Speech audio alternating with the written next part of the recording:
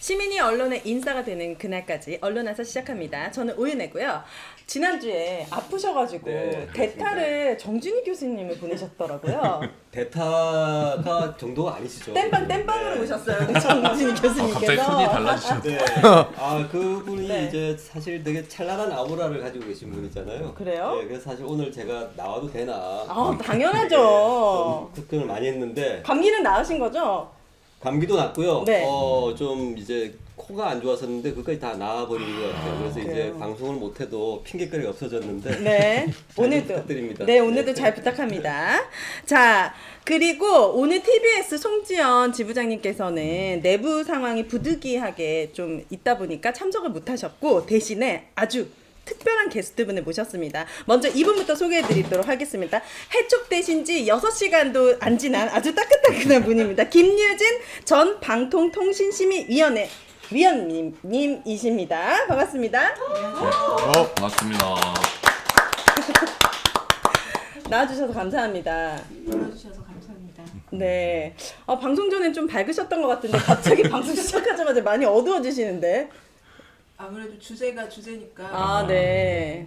너무 가벼우면 안 될 것 아, 알겠습니다. 자, 우리 MBC부터 소개해 주시죠. 네, 언론노조 MBC 본부 본부장 이호찬입니다. 반갑습니다. 네. 예, KBS 본부 비상대책위원장 강상원입니다. 네, 반갑습니다. 네, YTN 지부장 고한성입니다. 네, 반갑습니다. 그리고 우리 김유진 위원님까지 오늘 이제 네 분을 모시고 여러 가지 얘기를 해볼 텐데 한 주 동안에도 역시나 언론에서는 네. 많은 일들이 있었습니다. 한 주 동안 큰 티에서 무슨 일이 있었는지 KBS부터 얘기해 보도록 하겠습니다. 오늘 경찰서 다녀오셨다고. 예. 뭐 사고 치신 거 아니죠? 제가 뭐 워낙 지금 경찰서 고소고발이 너무나 지금 많이 들어가 있어서 네. 오늘은 영등포 경찰서 집중 수사팀에 이제 조사를 받고 왔습니다. 네. 내용은요, 저희가 그 더 라이브, 그다음 주진우, 그다음 최강 경영 같은 네. 박민 사장 취임 이후에 너무나 폭력적으로 그때 벌어졌던 프로그램 폐지와 하차 네. 관련해서 저희가 이제 방송법 위반으로 네. 박민 사장, 편성본부장, 라디오 센터장 그리고 성명의 불상자 여기에 뭔가 위력을 미쳤을 만한 누군가 네. 그렇게 고발을 했고요. 네. 그 고발인 조사를 이제 받고 왔습니다. 그래서 충분히 잘 설명을 했고요. 이런 부분들 그래서 사실 뭐 고발인 조사 같은 거 없이도 뭐 될 줄 알았나 봐요, 회사 측은. 그래서 오늘 제가 3시간 넘게 조사를 받고 왔다고 얘기하니까 지금 회사 측에서 좀 엄청나게 좀 긴장하고 있다는 얘기를 좀 들었습니다. 경찰이 그렇군요. 좀 성실하게 조사를 하던가요? 네. 예. 그 오히려 이제 추가 자료 조사 같은 것들도 저희가 미처 생각하지 못했던 것들까지도 얘기 들으면서는 좀 이런 것들도 같이 좀 더 제출을 해달라. 네. 그리고 뭐 조사는 잘 마쳤습니다. 네. 광채님께서 최강 경영이 아니라 최경영의 최강 시사다. 너무 마음이 급해가지고 이거를 근데 내자로 제가 뭐라 그랬죠 지금? 바로 최강 경영 함축한 것도 능력이야. 네, 감사합니다, 지적. 자, 그리고 KBS와 또 관련해서 사실 이제 기자가 기사를 보도할 때 이 프로세스라는 게 있다면서요. 데스킹 과정이 있죠. 네, 그런데 이 데스킹 과정이 좀 궁금하거든요. 특히 KBS는 데스킹 과정이 조금 아주 심플해져. 지금 이게 일단은. 뭐 사실 이번 주 이제 이성균 배우 그 죽음과 관련한 보도로 이제 KBS가 이제 많이 이슈화가 됐죠. 네. 내부에 이제 그 뭐 어떤 취재 기자를 뭐 이렇게 모두 다 책임을 미루는 것보다는 저는 좀 이런 식의 접근도 한번 좀 생각을 해봤으면 좋겠습니다. 이게 KBS의 취재 기자가 이제 발제를 하고 어떤 소스를 잘 가져와서 그런 것들을 데스킹이라는 과정을 거쳐서 게이트 키핑이잖아요. 네. 그렇게 해서 최종적으로 이제 보도에 이르는데 이제 그런 것들이 너무나 지금 무너져 있다. 비단 이번 건뿐만 아니라 그 얼마 전에 있었던 그 윤비어 청각 원팀 코리아 같은 경우는 사실상 그 부장급의 기자가 그냥 발제하고 해버린 거예요. 이게 정상적인 발제부터의 어떤 내부에서의 프로세스를 거치지 않은 거란 말이죠. 근데 네. 이런 것들이 비일비재하게 지금 일어나고 있는 겁니다. 그래서 네. 지금 모든 웬만한 신문사 같은 경우도 취재기자 바이라인뿐만 아니라 네. 그 데스킹의 그 에디팅도 이 저기 실명제를 지금 많이 도입하고 있지 않습니까? 근데 그 KBS 특히 공영방송에서 저는 이런 것들은 선도적으로 먼저 해야 되는 부분이죠. 이게 기자 한 명이 지어야 하는 책임도 분명히 있지만 그 프로세스 안에서 만들어지는 결과물이라 그러면 이런 것들도 좀 한번 같이 좀 네. 고민을 해봤으면 하는 말씀도 좀 드리고 싶어요. 맞습니다. 네. 그래서 요즘에는 KBS가 방민의 KBS, 방민 이후로 정말 망가지고 있는 KBS에 대해서 많이 주목하고 있는 것 같습니다. 외부에서는 사실은 이제 내부의 데스킹 과정들이 이렇게 사실은 직무유기 차원 수준에까지 이렇게 방만하게 운영되고 있는 걸 잘 모르거든요. 네. 그래서 외부의 뉴스가 나왔을 때 되게 시민들이 납득이 하기 힘든 보도들, 이번에 사실 이성균 보도 같은 경우는 사실은 많은 공분을 받았는데요. 사실 그게 데스킹에서 걸러져야 되는 것들이 안 된 부분들이 상당히 많다고 생각이 들거든요. 근데 지금 진행되는 걸 보면 그걸 기자 개인에게 책임을 전가하고 있는 것으로 나타나고 있습니다. 그래서 제일 우려되는 거는 시민과 KBS 간의 거리가 굉장히 멀어지는 어떠한 상황들이 저는 제일 우려가 되고요. 네. 그래서 이제 이러한 내부적인 어떤 문제점들이 자주 좀 이렇게 이야기가 좀 맞아요. 밝혀졌으면 좋겠다. 가장 제가- 힘들 수 있을 것 같아요, 내부가.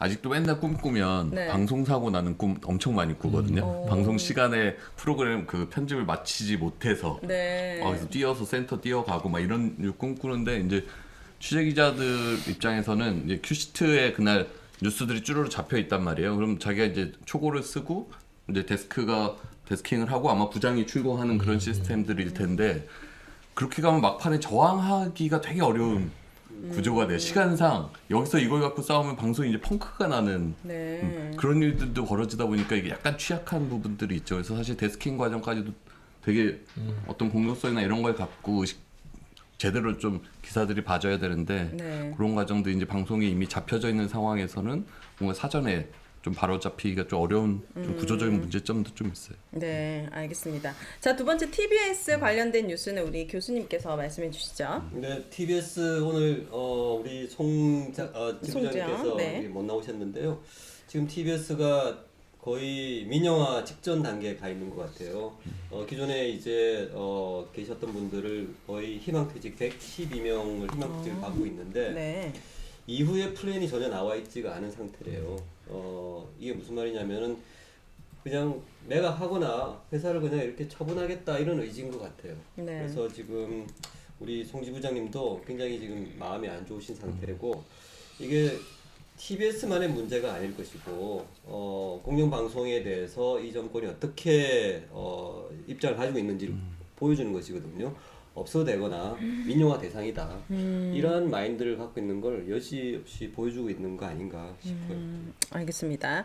자, 그리고 YTN 브리핑 해주시죠. 네, 지금 방통위가 그 매각을 보류했잖아요. 그런데 재개하기 위해서 그 매각 심사를 재개하기 위해서 뭐 실무 작업에 들어간 것으로 보여요. 자료 요청 같은 거 하고. 네. 그래서 YTN 같은 경우는 계속 이 폭풍 전야 같은 상황이 계속 이어지고 있습니다. 네, 알겠습니다. MBC. 뭐 다들 많이 아시겠지만 하여튼 지난주에 상당히 좀 안타까운 판결이 하나 나왔죠. 그래서 네. 서울 서부지방법원의 제12 민사부가 그 윤석열 대통령의 바이든 날리면 이른바 그 발언 관련한 MBC 보도에 대해서 외교부가 신청한 정정보도 청구를 받아들였죠. 그래서 사실 소송 과정에서 실제 윤 대통령이 뭐라고 이야기했는지가 밝혀지지 않았거든요. 네. 음성 감정을 한다고 해도 판독 명확히 불가라고 판독 했어요, 불가라고 전문가는. 나왔고 네. 당사자들도 윤 대통령이 무슨 말을 했다라는 꼭 특정을 하지 않았어요. 외교부도. 뭐 이전에 뭐 날리면 얘기하고 그랬는데 소송 과정에서는 윤석열 대통령 실제 발언이 이겁니다라고 특정도 하지 않았거든요.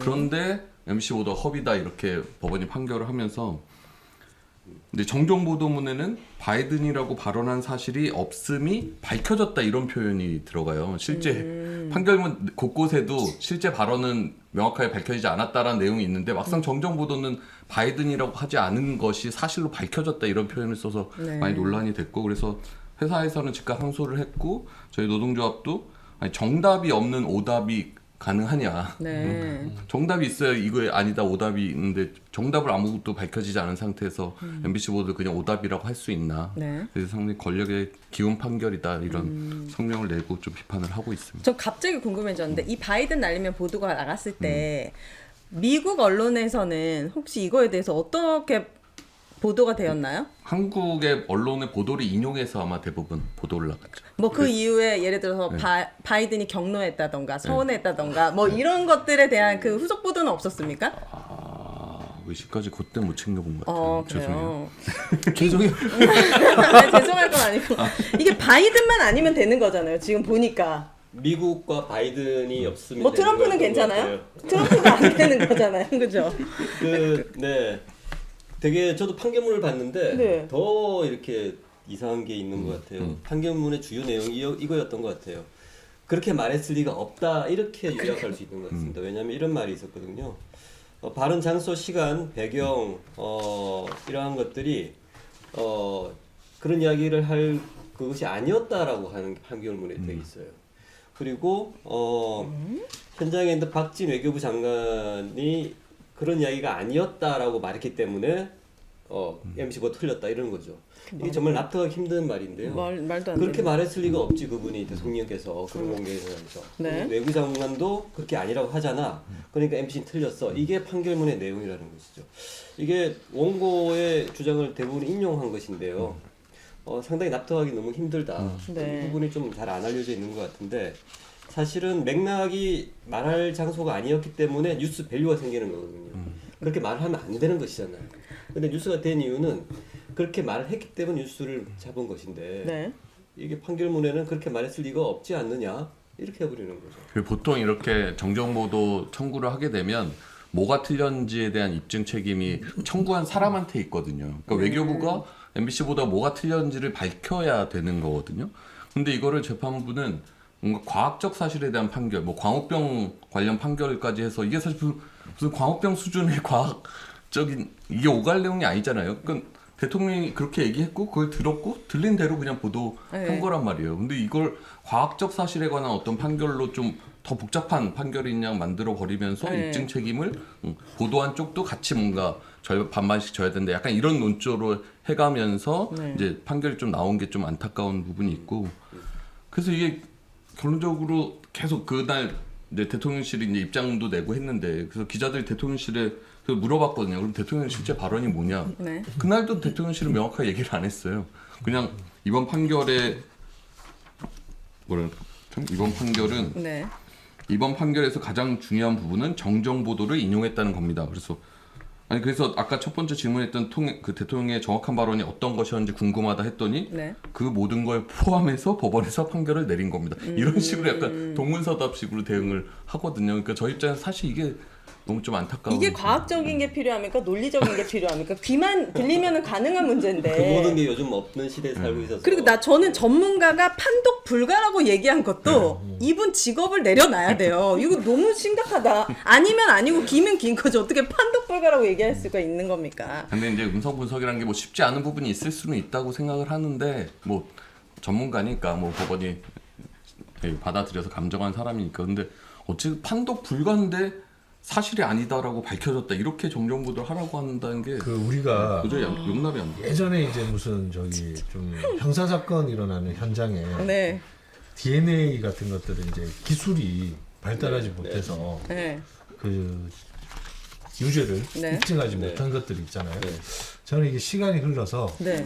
꼭 우리 기술의 발전과 함께 이게 무슨 기술의 발전까지 필요해요. 분명하게 이건 밝혀질 당황스럽네. 거다. 이 역사가 아마 심판하게 될 겁니다. 이런 것들. 이 정도 기술이면 아마 하반기에는 나오지 않을까. 네. 자, 정정 보도를 해야 되는 MBC. 이 판결이 미칠 언론계의 영향도 궁금합니다. 예. 뭐 일단 이러한 부분을 입증 책임을 이제 언론인에게 돌리는 거잖아요. 그래서 이제 입증에 대한 부담감이 이제 바로 기자 개인한테 가겠죠. 이제 그래서 비판 언론에 대한 위축이 예상이 된다라고 이제 말씀들을 하고 계신데 네. 저는 조금 다르게 생각합니다. 이미 자기 검열이고 위축 보도는 일반화되어 있는 상태가 아닌가 지금 시대가.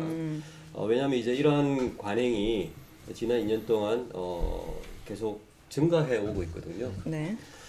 그래서 이제 향후 미칠 어떤 영향은 비판 언론의 역할이 더 커졌다. 그리고 이제 비판 언론들이 이러한 판결과 사법적인 어떤 부당함 속에서 이제 무엇을 해야 될지에 대한 인식이 더 커지지 않을까 이런 생각이 좀 들고요. 그리고 시민들도 이전보다 훨씬 더 언론에 대해서 비판적으로 바라볼 수가 있지 않을까 이런 게 이제 제 생각입니다. 그래서 언론계 자체에 미치는 영향보다도 언론에 대한 시민들의 생각과 이제 비판 언론의 책임 이런 것들이 좀 더 커질 것 같아요. 이 판결과 MBC로 관련해서 보면은 네. 지금 김 의원님 잘 아시겠지만 네. 이제 방통심의가 이걸 심의를 하다가 이제 판결 결과를 보겠다고 약간 보류를 했거든요. 그러니까 1심 판결인데 확정 판결도 아니고 이제 대법까지 가야 이제 확정이 되고 그때 정정 보도를 하게 되는 거거든요. 네. 만약에 이제 패소를 하면. 네. 근데 이제 방통심의가 지금 1심 판결만 갖고 중징계로 나아갈 가능성이 높고 당장 국민의힘 의원들이나 이런 쪽으로 방통심의가 중징계라 이렇게 압박을 하고 있거든요. 네. 그리고 관련해서 경찰 수사도 약간 그냥 결론을 안 내리고 지금 계속 뭉개고 있었어요. 근데 이 재판 결과로 인해서 경찰 수사가 좀 다시 재개돼서 뭔가 MBC에 대한 공격이 좀 이어지지 않을까 하는 좀 우려들이 좀 있는 상황이고 네. 전 하나 더 말씀드리고 싶은 건 이게 MBC가 처음에 보도할 때 대통령이 욕설과 비속어를 사용을 했다라는 부분을 지적한 게 되게 핵심적인 부분인데 재판 과정에서 이 새끼들이 국회에서 이 새끼들이 이거는 인정이 된 거거든요. 그러니까요. 이 판결문에도 그 부분은 당사자 사이에 다툼이 없으므로 이하에서는 XX 한다 이렇게 돼 있어요. 그건 괜찮은데. 그러니까 다툼이 없었던 거예요. 그리고 국회에서 이 새끼들이는 음성 감정을 통해서도 확인이 된 거예요. 네. 그럼 이건 왜 사과 안 하죠? 그리고 비속어 논란이라고 우리가 했던 건 쪽팔려서였거든요. 그 쪽팔려서도 다 감정이 돼요. 이 욕설과 비속어를 사용했다는 건 확인이 된 거예요. 대통령이 음성 감정을 통해서도. 근데 대통령실은 이런 거는 싹 빼고 바이든이냐 아니냐만 갖고 MBC 보도가 허위다라고 지금 프레임을 짜서 그렇게 쭉 빠져나가잖아요. 그러니까 이 부분도 좀 상당히 문제다. 만약에 대법까지 가가지고 정정 보도를 요구합니다. 네. 근데 MBC에서 정정 보도 안 하면 받게 되는 그러면 이제 아마 법원 판결의 이행 강제금이라고 해서 언제부터 이제 만약에 보도를 안 하면 뭐 하루당 뭐 몇백만 원 이런 얼마씩. 식으로 강제금이 붙어요. 그럼 그래서 그냥 아마 작게 해버리면 안 돼요? 아니 그뭐그 또 형식까지 고지를 해서 뭐 뉴스에서 네. 어디에 어떻게 하라는 것까지 나와 있는 거거든요. 아 진짜요? 아 진짜 자괴감. 판결문 앞에 보면은 어떻게 방송을 해라고 네. 이렇게 문구가 딱 정해져 있어요. 아 그래요. 그 정정 궁금합니다. 법원이 얘기한 정정 보도문에 바이든이라고 말한 사실이 없다고 밝혀졌다 이렇게 써 있어서 지금 문제라는 거거든요. 알겠습니다. 지금 제가 실시간 채팅 보고 있는데요. 더 많은 분들이 오셨을 때 제가 공개하도록 하고요. 의욕을 꺾으면 안 되니까. 자, 오늘의 메인 토크로 넘어가도록 하겠습니다. 오늘의 주제는 바로 윤석열 하수인 류희림의 막장 방심위 대해부입니다. 자, 윤석열 하수인 류희림의 막장 방심인데 6개의 키워드를 준비해 보았습니다. 키워드 첫 번째, 비밀 유지 의무 위반. 야당 추천 방심위원 강제 해촉. 바로 이제 당사자분께서 지금 출연을 해주셨는데 김유진 방심위원장님 당시 상황을 조금 말씀해 주시고 이제 6시간도 채 되지 않았는데 이번 해촉에 대한 심경을 좀 밝혀주시면 어떨지. 사실 저는 지난 9월에 이제 유일임 위원장이 네. 위원장이 된 이후에 연내를 넘길 수 있을까? 내가 그런 생각을 계속 하고 있었습니다. 그래서 그 사이에 이제 뭐 잘 알려지지는 않았지만 저에 대해서 이런 그 꼬투리를 잡는 시도들이 또 있었고요. 그래서 저는 주변에 이제 그런 얘기를 좀 했었어요. 아마 연내를 못 넘길 거다. 그래서 건강검진도 잘리면 받아야겠다. 그렇게 생각하고 계속 미루다가 네. 안 잘리는 거예요. 그래서 이게 이제 직원들도 열심히 저항을 하고 있고 그래서 쉽게 못하나 보다라고 네. 생각을 했어요. 그리고 12월 말에 네. 이제 그 이른바 민원 사주 혹은 청부 민원 의혹이 터져 버린 거죠. 근데 저희가 뭐 가만히 있을 수는 없으니까 위원 3명이 회의를 소집할 수 있어요. 근데 네. 지금 야권 위원이 딱 3사람이거든요. 여4, 야3 이렇게 해서 네. 4대 3입니다.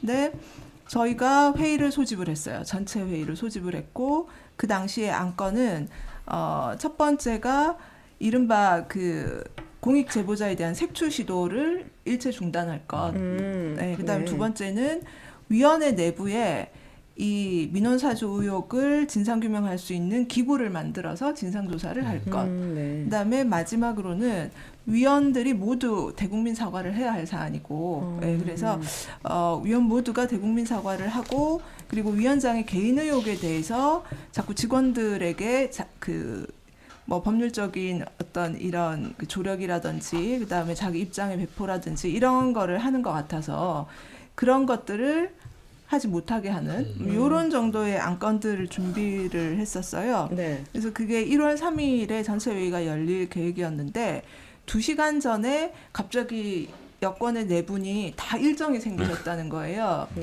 그래서 4명이 안 오면 회의를 열 수가 없거든요. 그래서 회의가 무산이 됐고 그때 기자분들이 많이 오셨는데 이걸 그냥 가시라고 하기가 굉장히 좀 죄송하기도 하고, 그래서 제가 이제 그분들 모셔놓고 오늘 우리는 이러이런 취지로 안건을 제의를 했다. 네. 그래서 안건에 대해서 이제 소개를 좀 했어요. 근데 기자분들이 10명 이상이 계시다 보니 제가 이제 편의상 제가 만들었던 그 안건 제의서를 이제 나눠드렸어요. 네.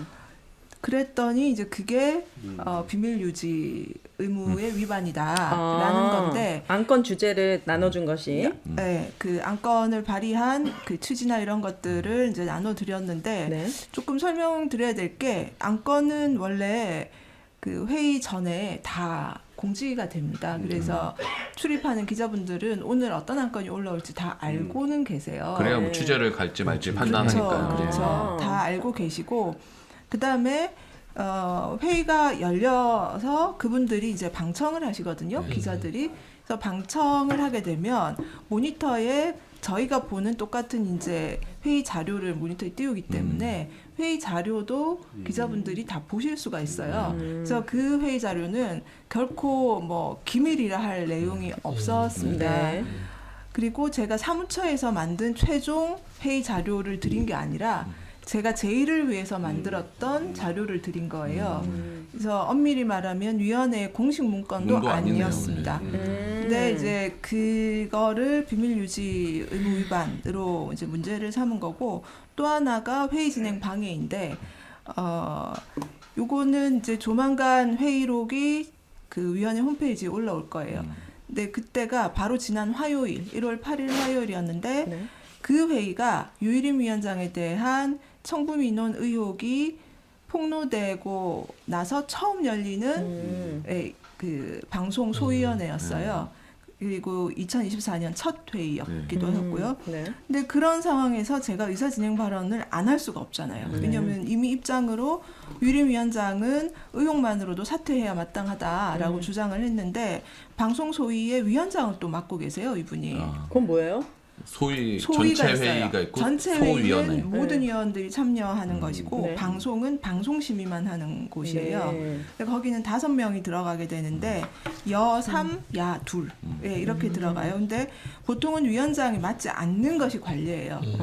그런데 유일임 위원장은 자기가 직접 가짜뉴스를 잡겠다고 소위 위원장을 맡았어요. 네. 그래서 소위 위원장을 맡아서 심의를 하는 것에 대해서 제가 의사진행 발언을 하면서, 위원장은 이러이런 의혹을 받고 있는 상황에서 사퇴해야 마땅한데 방송 심의를 하는 것은 말이 안 된다. 더더군다나 소위의 위원장을 맡아서 심의를 하면 그 심의 결과는 정당성을 얻을 수가 없다. 네. 라는 요지의 얘기를 했고요. 네.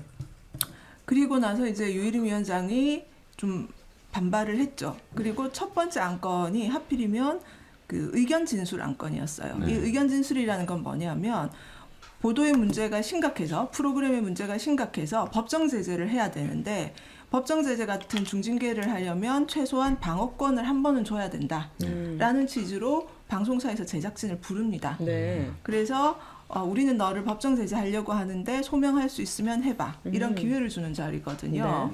그래서 그때 MBC가 또 이제 나오게 됐어요. 네. 그래서 의견 진술을 하게 되면 위원들이 이제 질문도 하고 뭐 이렇게 하는데, 제가 처음으로 발언을 하면서 이거는 의견 진술을 받을 사안이 아니다. 그러니까 즉 법정 제재를 할 사안이라고 보지 않는다는 뜻이었고, 더불어서 사퇴하셔야 할 분이 의견 진술을 받는 것에 대해서 유감스럽다는 뜻을 다시 한번 밝힌다. 이렇게 얘기를 했어요. 세척 사유가 점점 분명해지네요. 지금 이거 비밀 위반이 아니야. 지금 내가 그랬더니 이제 약간 이제 막 어마어마하게 제가 분노 버튼을 좀 누른 네. 것 같은 네. 그런 분위기가 되었고 네.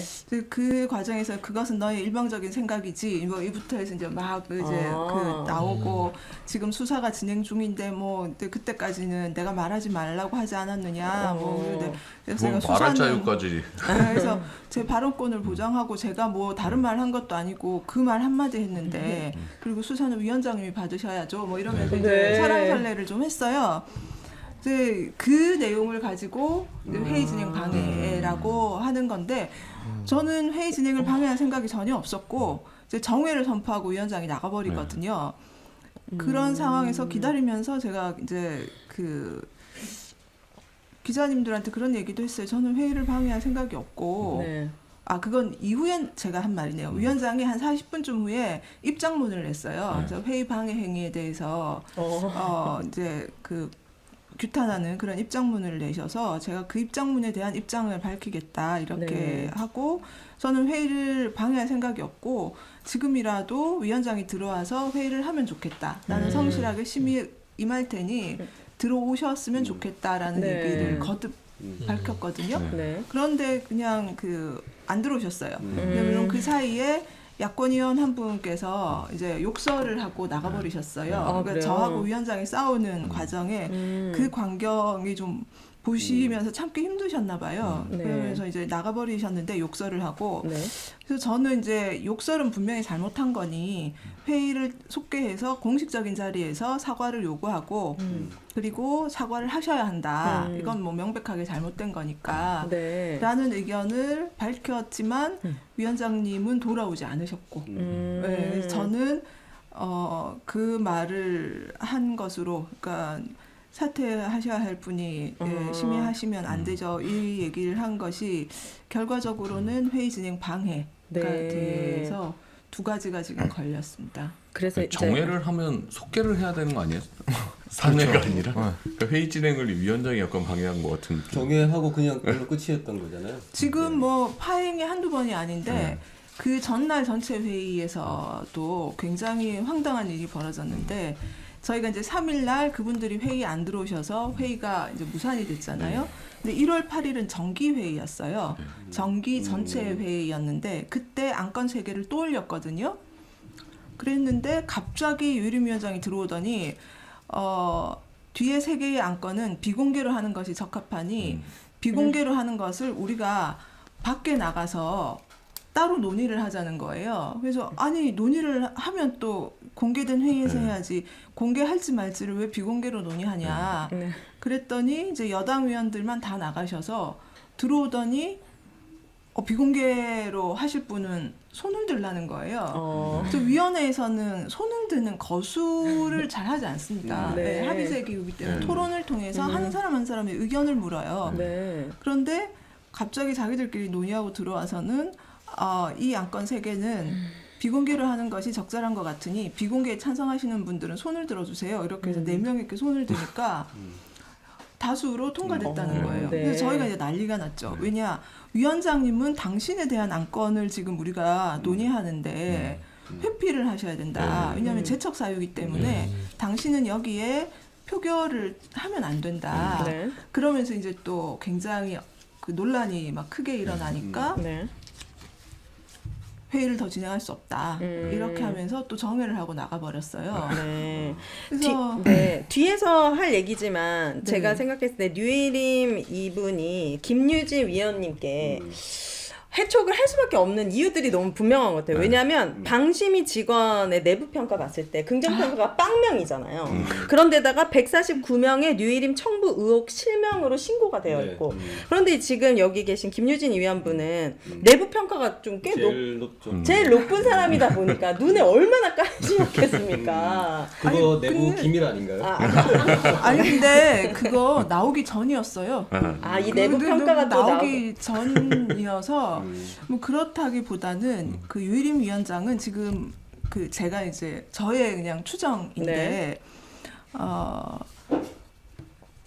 얼마 전에 이제 그 압수수색이 들어왔지 않습니까? 경찰이. 네. 방심이. 네네네. 네. 그래서 공권력이 개입해서 이 내부 고발자들을 좀 이렇게 제압하는 그 전까지는 어떤 회의에서도 자신의 그 고발 사주 의혹을 민원 사주 의혹을 다루지 못하게 하는 게 목적이 아니었나. 그래서 한 번은 회의를 무산시키고 한 번은 정회시키고 나가서 무산시키고 이렇게 계속 할 생각이 아니었나. 그런데 제가 방송 소위에서 당신은 나가야 돼요. 이 얘기를 또 하니까 안 그래도 화가 났는데 이제 다른 의원이 욕설을 하니까 굉장히 좋은 호재를 만난 거죠. 근데 이 사태가 없었다고 하더라도 아마 어떤 회의에서도 자신의 의혹과 관련된 거는 다루려고 하지 않았을 거다. 언제까지 적어도 공익제보자가 색출되어서 어떤 공권력이 개입해 들어오기 전까지는. 그래서 아마도 그런 식의 나름의 전술을 짰던 것이 아닌가. 절차가 전반적으로 너무 폭력적인 거. 네. 위원님은 지금 이 일을 몇 년 하셨던 거예요? 저는 임기가 3년인데 지금 6개월 조금 넘게 남았으니까요. 네, 2년 한 5개월 정도 한 것 같습니다. 과거에도 이렇게 정권이 바뀌거나 할 때도 이렇게 무리하면서까지 민원 사주라든지 이런 일들이 있었습니까? 민원 사주는 듣도 보도 못한 거예요? 민원 사주가. 처음입니까? 기발한 아이디어입니다. 상상을 초월한 네. 상상을 초월한. 제가 대신 사과드릴게요. 왜냐하면 유일임이 그렇죠. YTN 출신, 네, YTN이 배출한 빌런이라. 근데 유일임 씨가 사실은 1985년에 KBS로 입사를 했습니다. 그 얘기를 또 알고 있었어요. 그래요? 물론 기자 생활 대부분은 YTN에서 보냈는데 이분이 YTN에서도 유명했어요. 사실 YTN에서 잘 나가지는 못했습니다. 뭐 보도국장을 하거나 그러진 못했고 계열사를 전전했는데 거기서 무슨 짓을 했냐면 이분이 다널드라는 업체에 소속돼 다널드. 있어요. 네. 이렇게 뇌호흡을 한다는 거예요. 그래가지고 눈을 가리고 무슨 색인지 맞출 수도 있어요. 뇌호흡을 열심히 하면. 네. 어쨌든 그런 종류의 그런 단체입니다. 거기에 가족들이 소속돼 있고 부인은 또 거기서 무슨 학교를 운영해요. 또 YTN 계열사에 가서 그 학교를 홍보하는 보도를 20여 차례를 합니다. 사적으로. 네, 이분은 뭐든지 사유화하는데 천부적인 재능이 이번에 있으신 민원 분이에요. 사주에도 포함돼 있지 그 않아요? 그렇죠. 그 거기도? 단체들이 가족들이, 포함돼 있어요. 가족들이. 네. 아, 그래요? 네. 식당도 뭐 있지 않았어요? 그 누님이 또 누님이 나오니까. 누님이 대구 어딘가에서 대구가 경북 어딘가에 식당을 하시는데 그것도? 이 시대의 참 맛집으로 이렇게 그 YTN 자회사 YTN 디지털 센터 같은 데 가서 이렇게 홍보를 했어요. 그때 노조에서 문제 제기를 했거든요. 왜 이게 말이 되느냐. 그때 유일이 뭐라고 진짜 맛있어서 그랬다. 이 시대에 참. 자기 누나. 이건 진짜 맛있는 집이라서 어쩔 수 없었다. 진실 보도를 했다 이렇게 얘기했죠. 간접 사주. 네. 애초부터 이분은 사실 그 방송통신심의위원회라는 그 기구의 맞지 않죠. 수장으로 가서는 안 되는 양반이지 그러네. 않습니까? 근데 아예. 그런 양반이 갔다는 거는 아주 명확한 의도를 가지고 간 거고 그런 것들이 지금 지금 민원 사주뿐만 아니라 가짜 뉴스 뭐 때려잡겠다고 하면서 무슨 그게 가짜 뉴스입니까? 그걸 가짜 뉴스화해서 정권의 좀 비판적인 언론들 같이 다 때려잡고 하는 건데 그냥 이런 게 주구 아닙니까? 주구. 이게 이념이나 가치로 이렇게 뭉쳐진 어떤 그런 집단이 아닌 것 같아요. 철저히 이익과 어떠한 네. 자기들의 어떤 이해관계로 이렇게 묶여져 있다 이렇게 네. 좀 보이는 것 같다. 두 번째 키워드로 넘어가 보도록 하겠습니다. 낙하산 유일임 입성 검열기구로 전락했습니다. 유일임 방심위원장이 지난해 8월에 취임한 이후에 방심위가 상당히 혼란스러운 상황입니다. 그동안 도대체 무슨 일이 있었는지 아주 심플하게 우리 교수님께서 정리해 주시죠. 아 김유진 위원님이 네, 아니라 당신이요. 위원님께서 네. 네. 김유진 위원님께서 해주셔도 되고요. 심플하게. 지난 8월부터의 과정이 8월 좀 네. 어땠는지. 심플하게라고 하시면 한마디로 그냥 엉망진창. 오자마자 가장 이 먼저- 구성원들이 가장 놀랬던 일은 뭐예요? 이 뉴이림의 행태 중에? 그건 그 소소하게 정말 경악해하는 이런 일들이 굉장히 많은데 네네. 거의 뒷담화 수준이라 그걸 말씀드리기는 조금 그 언론에 공개 안 된 거 제일 재밌는 거 하나만 해주세요. 제가 너무 같이 추락하는 것 같은 아, 진짜요? 네, 그 정도? 제가 같이 일단 추락하는 잠깐 듣고 와서 네, 그런 느낌이고 네. 일단 이제 그 이분이 오시자마자 네. 가짜 뉴스를 잡겠다라고 하시면서 너무나 많은 무리수들을 쓰셨죠. 그래서 가짜 뉴스 신고 센터를 만들겠다라는 네. 걸 저희하고 뭐 단 한 번도 논의한 적이 없이 그냥 공개를 하고 제가 회의를 하고 있는데 방송 소위 회의를 하고 있는데 문자가 와요. 네. 그래서 우리 위원회에서 홍보팀에서 보낸 문자예요. 네. 오늘 가짜뉴스 신속심의센터에 개소식을 했다는 보도자료가 온 거예요. 그래서 제가 회의 중에 아니 제가 지금 금시초문인데 위원회 이거 회의하다가 이 문자를 받아도 되는 거냐. 네. 이제 그럴 정도로 모든 걸 자기 마음대로 했습니다. 그래서 가짜뉴스 센터 만들고 그리고 그 정권에 조금이라도 비판적이거나 불리한 보도들은 그냥 가차 없이 제재를 하기 시작을 했고요. 네. 그리고 뭐 유례가 없는 보도에 대한 유례가 없는 이런 대대적인 과징금 제재를 내렸고 네. 제가 한 말씀 이제 그 좀 큰 틀에서 드리고 싶은 건 이분에 대해서 아까 우리 강 위원장님께서 거기에 가면 안 되는 사람이라고 표현을 하셨잖아요.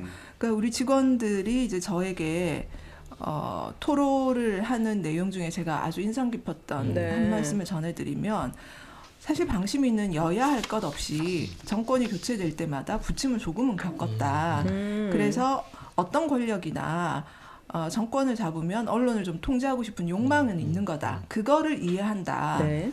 그리고 그것 때문에 다수가 된 쪽은 어느 정도 무리수를 쓰기도 하고 그런 것들을 많이 봐왔기 때문에 웬만하면 자기들은 이해를 하는데 유일임 위원장은 그 도를 넘어도 너무 넘는다는 거예요. 예를 네. 들면 과거에 보수 정권들이 방심위에 10을 요구한다. 그러면 방심위원장은 그래도 그 조직의 책임자니까 6이나 7 정도를 들어주고 3에서 4 정도는 이렇게까지 나가면 안 된다라고 해서 막아줬다는 겁니다. 네.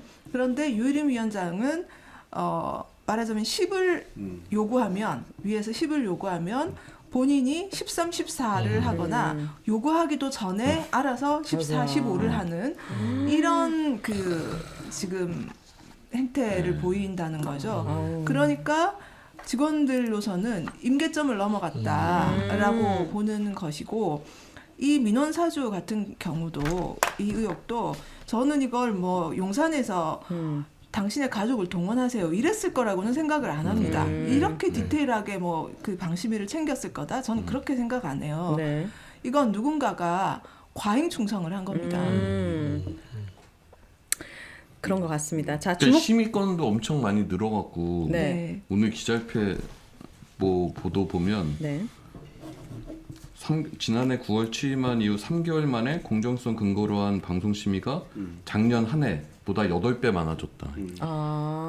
그거는 뭐 국민의힘 같은 곳에서 아주 열심히 민원을 넣고 있고요.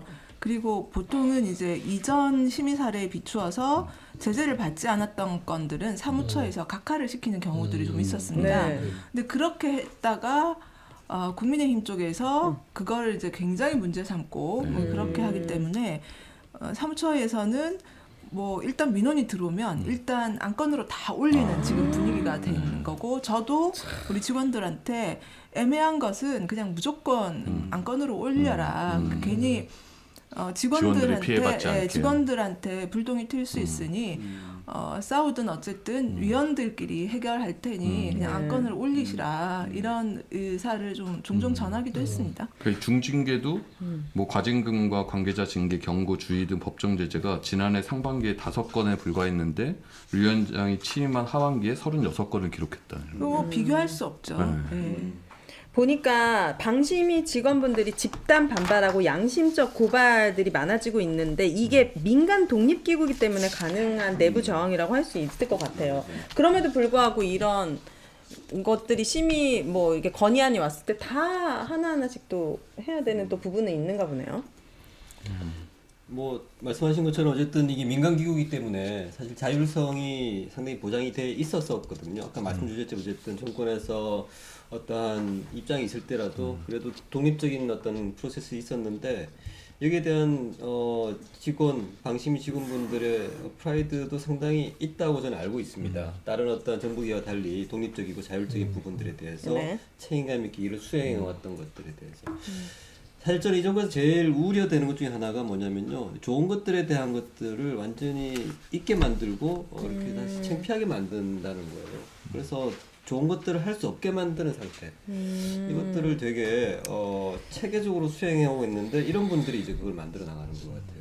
그래서 방심위 직원분들께 힘드시더라도 네. 응원한다는 말씀 꼭 전해드리고 싶습니다. 그러니까 아무리 민간 독립기구라도 이렇게 다 같이 뭔가 문제 제기하기 쉽지 않은 그럼요. 거잖아요. 그 대단한 거고 상황이 또 그만큼 엄청나게 안 좋았기 때문에 더 이상 못 참겠다라고 하는 내부 목소리들이 좀 나오는 거 아닌가. 그리고 잘 모르실 텐데 방심위 노동조합은 언론노조에 소속돼 있거든요. 언론사는 아니지만 같이 방송통신 이 분야를 같이 다루기 때문에 노동조합이 조직돼 있으니까 방심위 직원들은 본인들이 하는 노동의 가치를 유일임 씨가 훼손한다고 생각을 하는 거예요. 그래서 저항하는 겁니다. 네. 좋습니다. 얼마나 과잉 충성을 했는지 사실 류일임 청부민원 관련해 가지고 보면은 이 표를 보면은 훨씬 쉽게 알 수 있을 것 같습니다.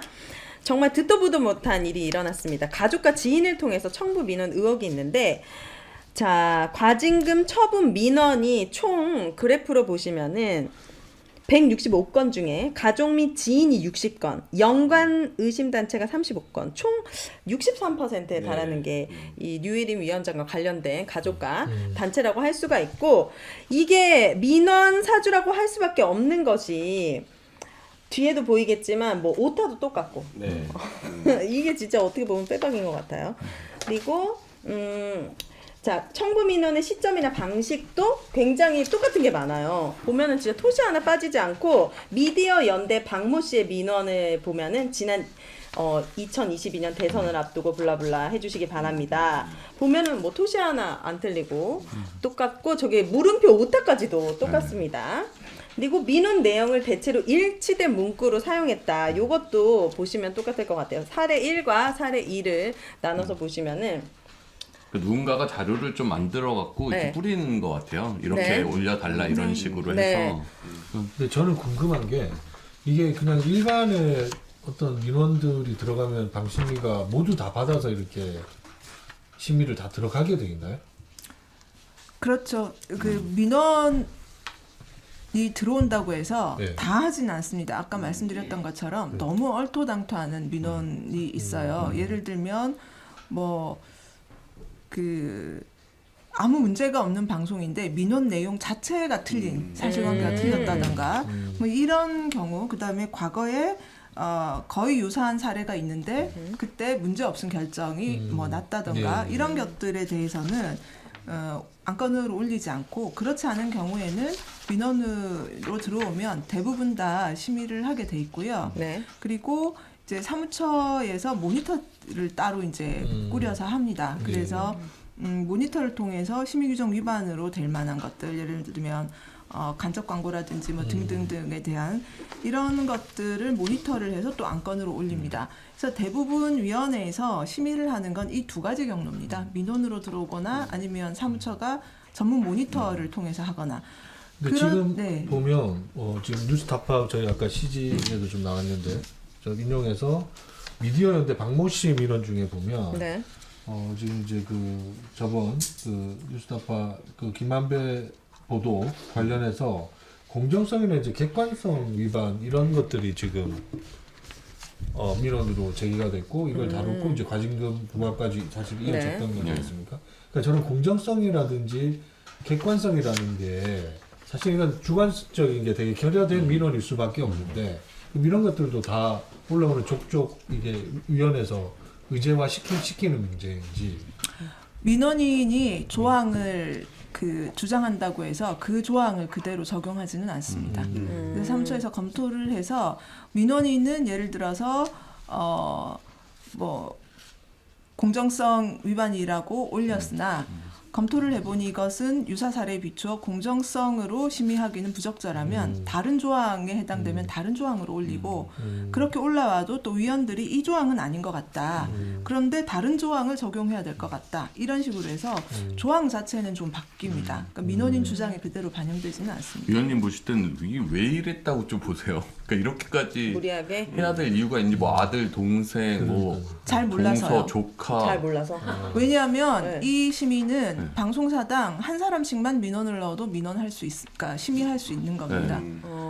근데 이제 분위기에 민원이 많다라는 걸 좀 강조하고 싶었던 거. 강조하고 싶었던 것일 수도 있고 그 다음에 잘 몰라서 이 사람 저 사람에게 다 요청을 했을 수도 있다고 생각합니다. 이게 집중적으로 이루어졌네요. 9월 6일 날 특정 시간대에 네. 이 아드님 분께서는 오후 12시 7분에 MBC 관에서 민원 제기하고 1분 뒤에는 KBS 1, 그다음 또 1분 뒤에는 JTBC. 네.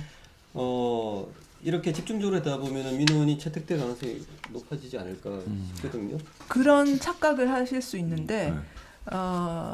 한 명이 민원을 넣어도 심의는 합니다. 그래서 지금 팁을 주시면 왜냐하면 불필요한 지금 민원을 쏟아서 넣어서 오히려 눈에 띄게 되는 거죠. 그래서 예를 들면 동생분 같은 경우에는 돌림자이고 성도 희귀한 이제 유씨고 하기 때문에 눈에 의심을 확 살 수밖에 없는. 드러날 수밖에 없는데 불필요한 일을 그렇네. 한 거고 네. 잘 납득이 안 됩니다. 네. 오타까지도 뭐 컨트롤 C, 컨트롤 V 했으니까요. 그러니까요. 자, 키워드 4로 넘어가 보면은 청부 민원이 가져온 결과는 결국에 지난 11월 이 청부 민원들을 근거로 뉴스타파 보도를 인용한 방송사에 최고 수의 징계를 부여하게 되었습니다. KBS에는 3천만 원, YT에 2천만 원, JTBC 3천만 원, MBC에는 뉴스데스크 PD 수첩 따로따로 해가지고 4,500, 1,500 이렇게 징계 과징금을 부과했는데.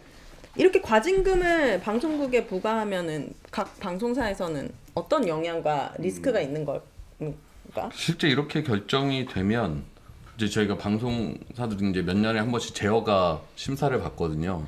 이때 감점 요인이 돼요. 그래서 지금 이제 뭐 650점이란 거의 밑으로 가면 뭐 조건부 제어가든 다시 뭐 제어가 거부든 이렇게 될 수 있거든요.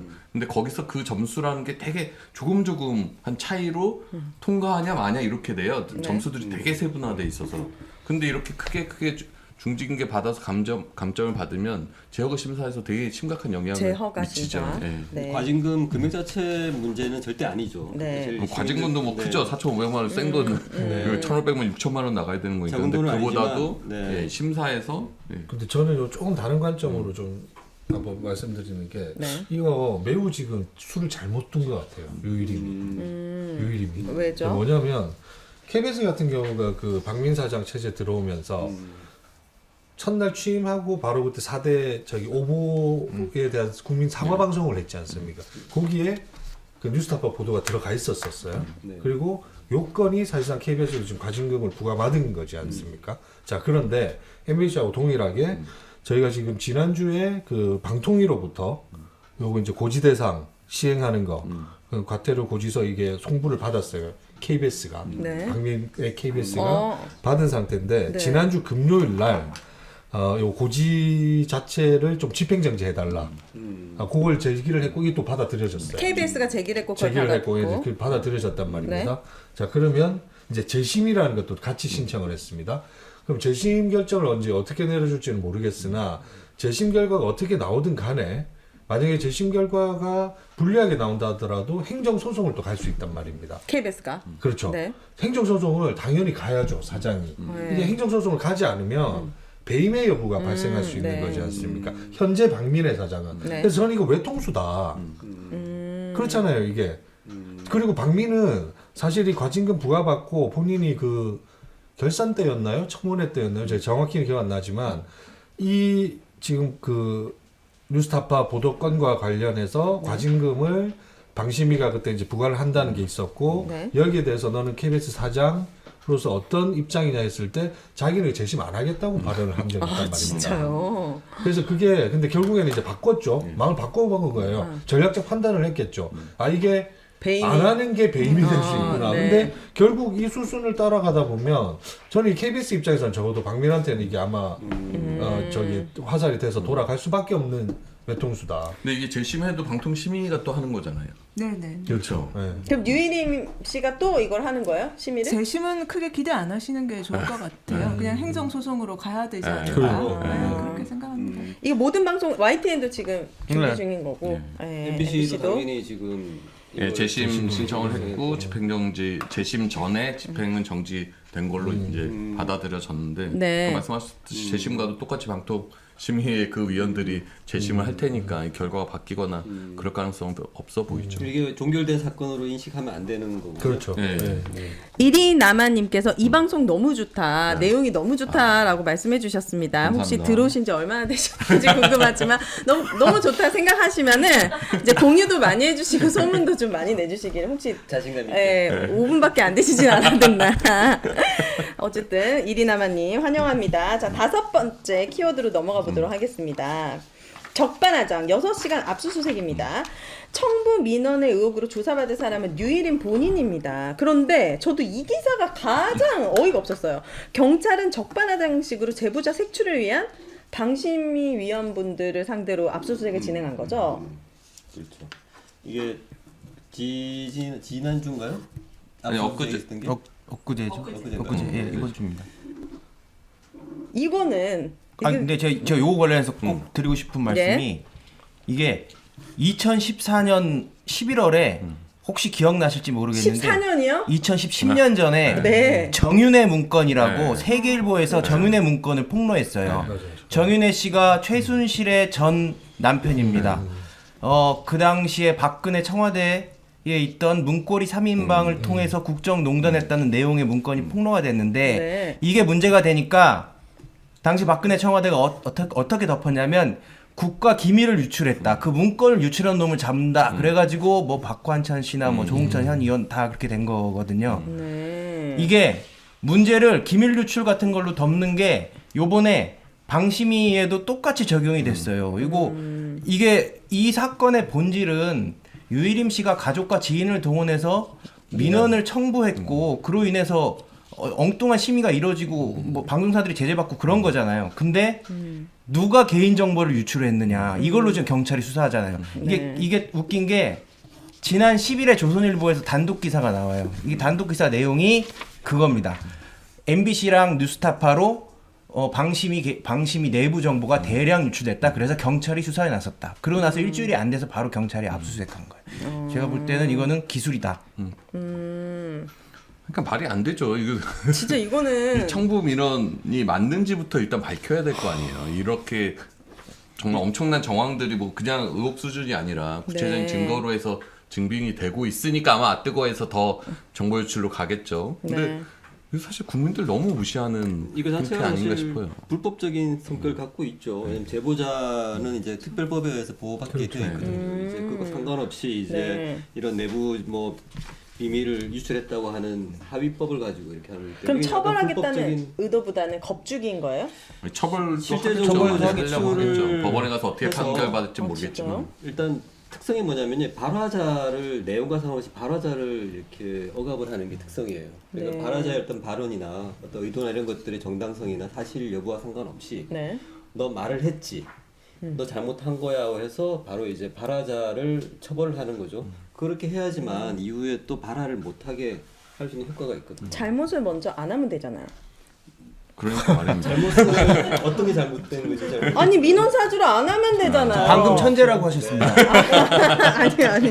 아니 발화 원인을 엄청 2년 동안 제공해놓고 발화한 사람이 탓하면 어떡합니까? 그 정도 생각을 하면 이제 방심위원장이 못 되시는. 아 그런 거죠.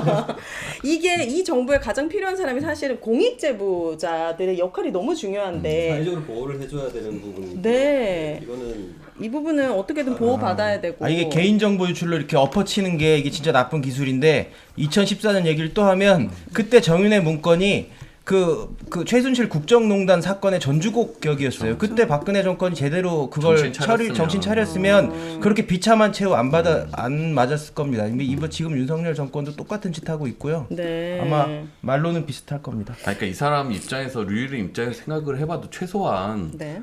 그럼 자기가 만약에 사주를 안 했다라고 하려고 하면 그래도 어쨌든 자기의 아들 무슨 조카 뭐 동서 뭐 동생 이런 사람들이 민원 사주를 해서 충분히 의혹을 살 만한 상황에 대해서는 사과를 해야 될 거 아니에요. 그거는 뭐 유감이든 그러나 뭐 나는 관여하지 않았다가 사실 이 사람 입장에서 보면 빠져나갈 수 있는 그 정도 아닐까 싶은데 그것도 안 하고 그것조차도. 아예 뭐 민원인 개인정보에 대해서 언급하지 않겠다라고 하면서 그냥 뭉치고 지금 경찰 수사로 가는 거 아니에요? 네. 그게 그 저도 왜 저렇게 변명조차 네. 안 할까라는 네. 생각을 했는데 변명을 하기에는 너무 비상식적이어서 그 언급을 하는 것 자체가 본인에게 불리하다라고 생각하는 것 같고요. 변명이 안 될 거다라고 그렇죠. 왜냐하면 생각하는 사실 거죠. 저도 그 위원을 하면서 저와 친한 뭐 지인들, 친구들 그리고 저의 가족과 친인척들 제가 위원 됐다고 했을 때 뭐 그러냐 축하한다 이렇게 이제 하신 분들도 네.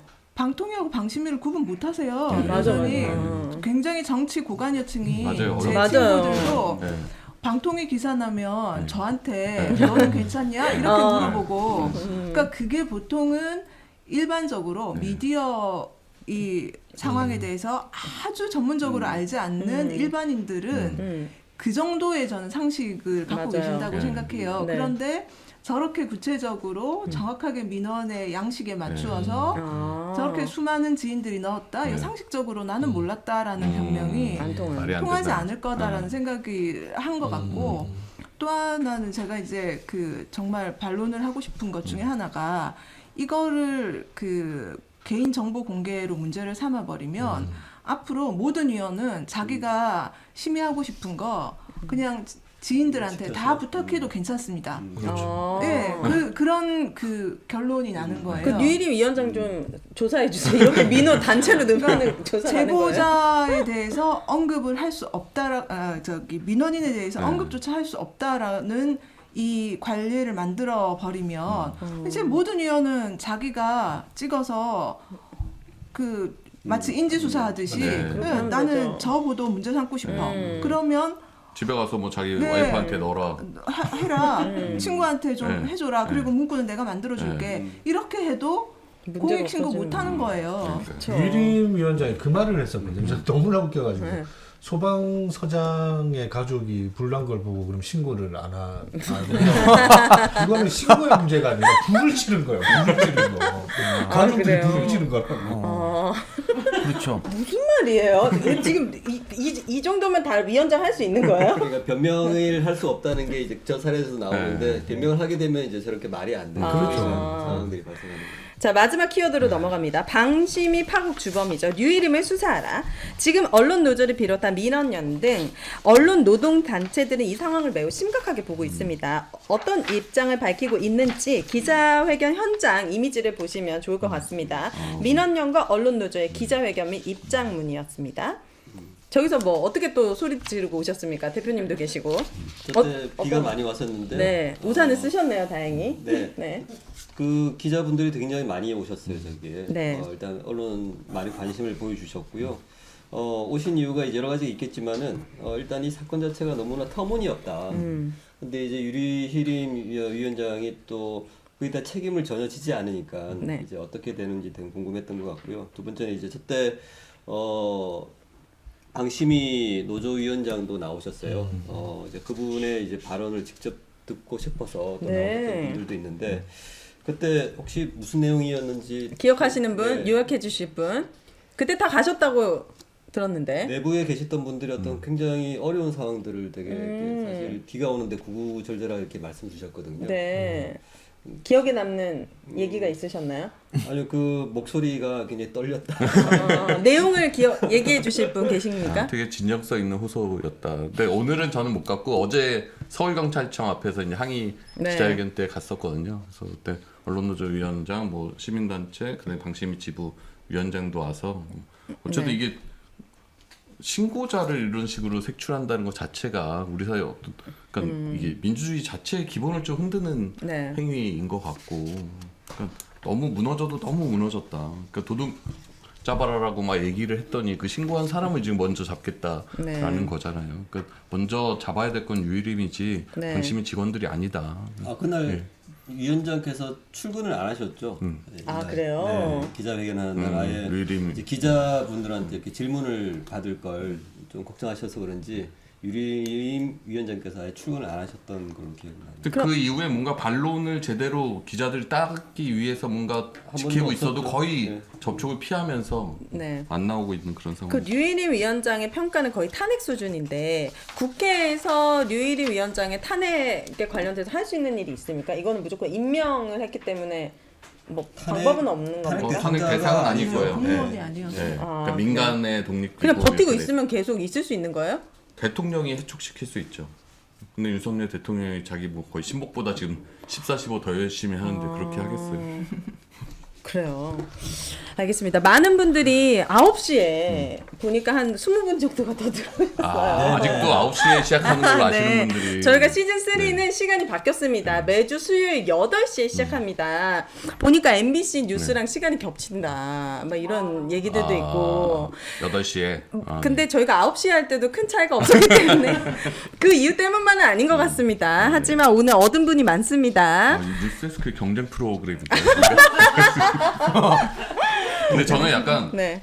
이 류일임도 유일임이지만 이 방통 심의가 이 공정성 관련해서 심의를 이렇게 막 무더기로 계속 하는 것에 대해서 네. 좀 짚어봐야 될 것 같아요. 그러니까 이게 어느 정도의 상식적인 단체 어떤 인적 구성이어야 이게 심의도 심의의 결과를 방송사 네. 입장에서 뭐 수긍이라도 할 수 있는데 지금의 인적 구조는 너무 정치적인 구조인 거예요. 네. 그러니까 이분들한테 어떤 공정성이란 거에 심의를 맡길 수가 있나. 제가 저번 방송에서도 말씀드렸지만 지난 이명박근혜 정권 동안 MBC의 불공정 방송을 주도했던 그런 사람들이 내부에 일부 남아서 노동조합에서 이제 민원을 제기하고 그거를 이제 국민의힘에서 그때 당시 적폐 중에 대표적인 사장이었던 김장겸 이런 사장이 네. 가짜뉴스 무슨 위원장 하면서 그걸 또 뭐 방통심의위에 심의를 얘기하고 방심위 안에는 또 그때 당시 적폐 사장들 막 이렇게 했던 사람들이 심의위원으로 존재하고 근데 이런 상황에서 무슨 공정성 심의를 한다는 게 지금 이제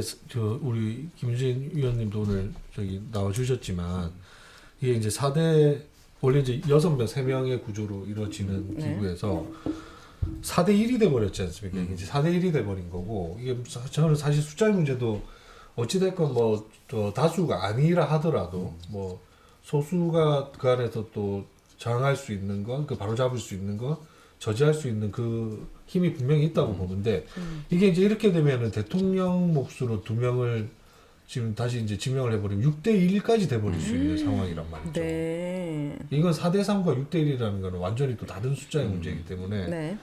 앞으로 이제 더 걱정이 되는 거죠. 지금도 유림의 일방적인 저렇게 폭력적인 방향으로 가고 있는 방송통신심의위원회가 네. 또 6대 1의 구조로 간다는 거는 너무나 끔찍한 일이죠. 그러니까 이게 4대 6대 1 구조되면 거의 완전 기울어진 심의가 되는 거 아니에요? 위원님 보실 때는? 제 생각에는 6대 1을 안 만들 것 같아요. 그러니까 지금 민주당, 그러니까 국회의장으로 의장 몫으로 추천된 이제 야당 몫이죠. 사실상 민주당 몫이 되는 것인데 추천을 2분을 이미 해놓은 상태잖아요. 근데 그 동안은 위촉을 안 했어요. 위촉을 안 하고 4대 3으로도 모든 걸 다 할 수 있었기 때문에 하지 않고 있다가 이번에 이제 저와 다른 위원 2분을 자르고 대통령 추천목 2명을 바로 내일이라도 위촉할 수 있어요. 근데 그랬을 때 이제 정치적 부담도 있을 수 있고 그다음에 현실적으로 소위를 구성하기가 힘들어요. 네. 5명 있으면요. 그러니까 여당만 4대1로. 있으면 예를 들면 지금 그 윤성옥 의원 한 분 나오셨는데 이분이 이미 소위 2개를 하고 계세요. 그런데 현실적으로 광고 소위와 방송 소위를 다 들어가야 되는 문제가 생기게 되기 때문에 이게 현실적으로 가능하지 않거든요. 네. 그러니까 제 생각은 지금 민주당 추천목 국회의장이 추천하는 민주당 몫을 같이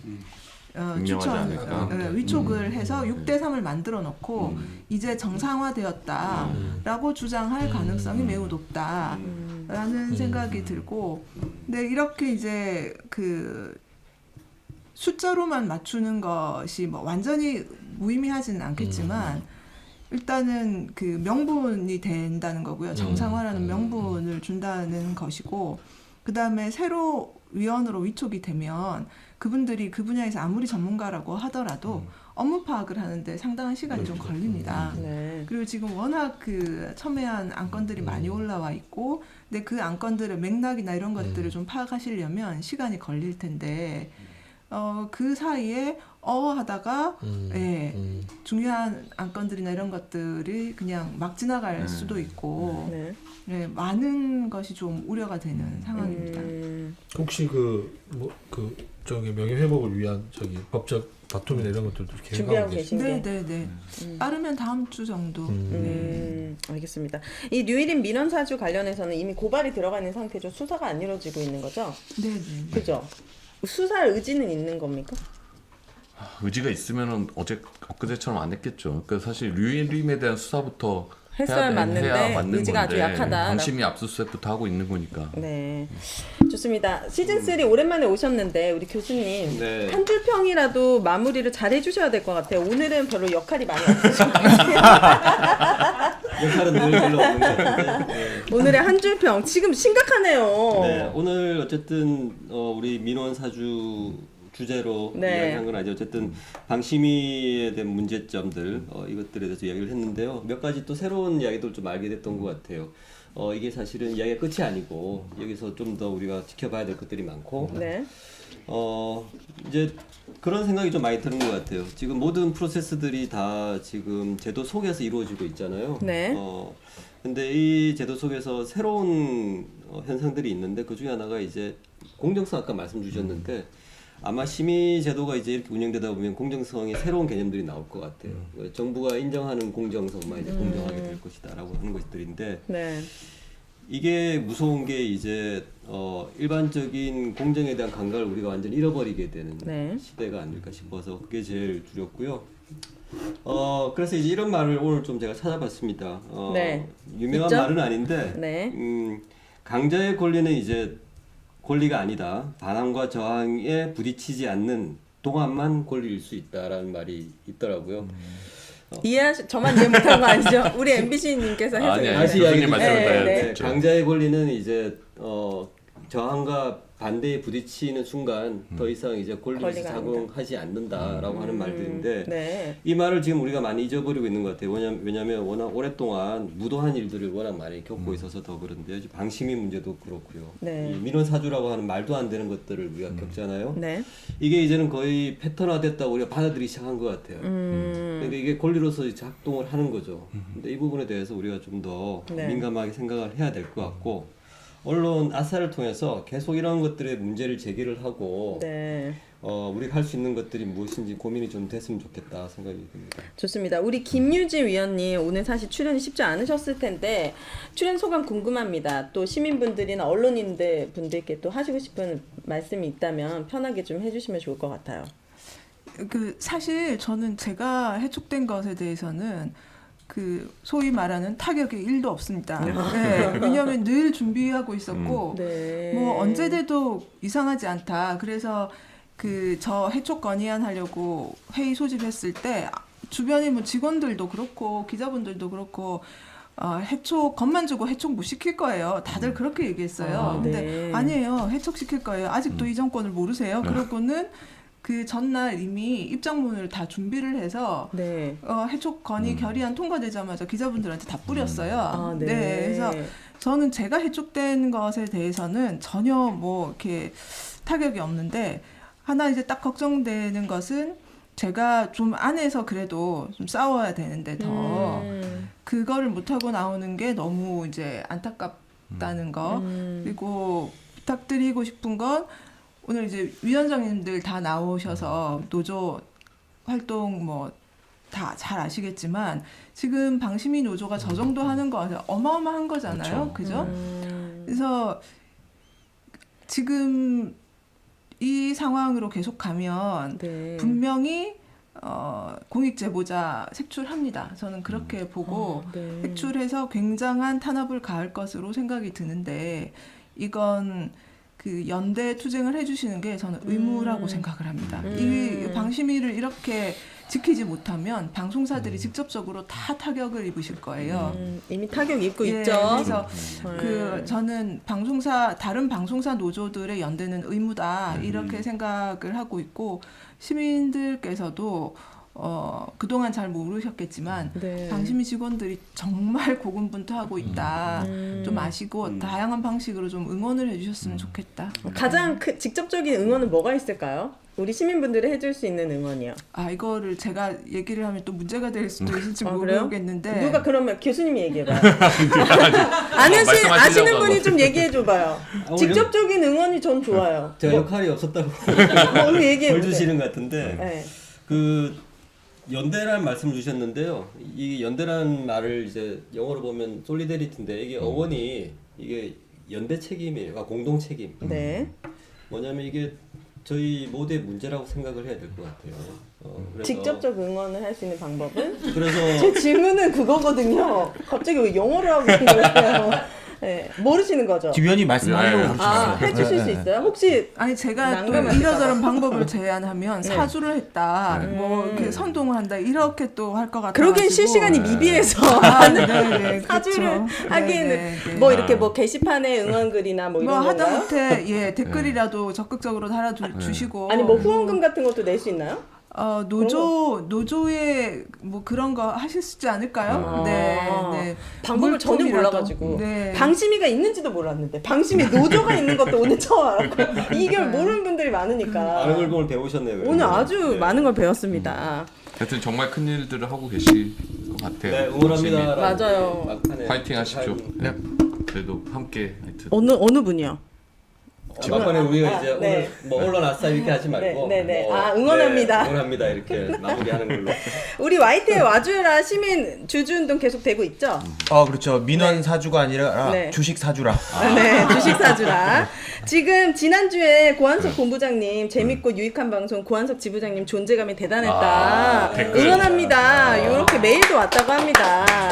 이게 네. 연대하는 거예요. 네, 많은 분들이 정말 시민이 쑥스러워하시는 언론의 인싸가 되는 그날까지 그리고 방심위 노조분들께도 우리가 정말 응원하고 지지하고 그 분들이 고군분투하고 있다. 네. 요거를 꼭 잊지 않았으면 좋겠습니다. 오늘 나와주셔서 너무 감사드립니다. 응원하도록 하겠습니다. 네. 네, 여러분 감사합니다. 저희는 다음 주 수요일 8시에 돌아오도록 하겠습니다. 감사합니다. 감사합니다.